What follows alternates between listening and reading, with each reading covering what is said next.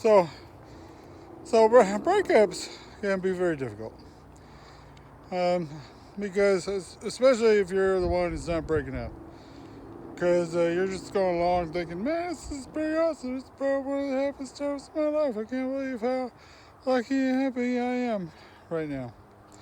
And then, sort of kind of out of nowhere, they just kind of sucker punch you with this emotional beatdown, and they say, hey, I've spent a lot of time with you, and after further consideration, I don't want to spend any more time with you. And that could be kind of a punch in the gut. But the things you gotta consider, first of all, whatever happiness and joy you were experiencing, obviously was not real. Because the other person obviously wasn't having as good a time as you were having. I mean, they might have put up a good front and everything, but they're pretty much they were just kind of going along with your thing, with your delusion. And after a while, they were like, I don't want to do this anymore, and so they bailed out. So the thing you need to consider is that, well, first of all, what you experienced was a complete and total lie. And kind of like when you find out that, the Easter Bunny isn't real, you didn't get too emotionally upset. You just kind of went, hey, why did you have to lie to me about it like that?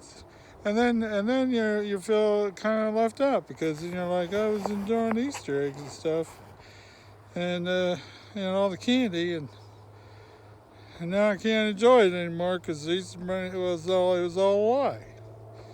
But you still have the good memories of the Easter Bunny, and you remember back in time. Remember when I believed in the Easter Bunny? Well, now you can do that with your relationship. You go, hey, remember that time I was living in a make-believe reality? And it was the good times. But because obviously it wasn't real, you should find hope that in the future you will find even greater joy and happiness because the next time you'll be able to tell the signs of when the other person wasn't all that happy. But more importantly, the next time, it'll be for real.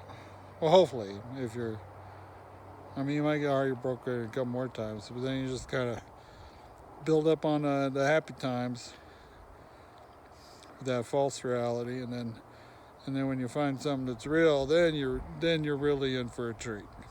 When you find a real love where you're having the same happiness, level, joy as the other person is having, uh, that then it gets really good.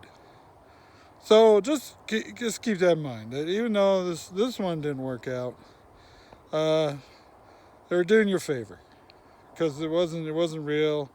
It was probably going to get really weird later on anyway. So, and don't take it personally because most of the time when people say, "Oh, it's not you, it's me," trust me, it's them. So don't take it personally. Uh, just know that you're a cool person and you're worth loving, and you'll find somebody who deserves to be with you, and you're gonna find love out there. It's out there. You just gotta get over that. Part of your monkey brain is just sort of like, how dare you leave me? I can't stand sorry for me with someone else being someone else. Well, that's just your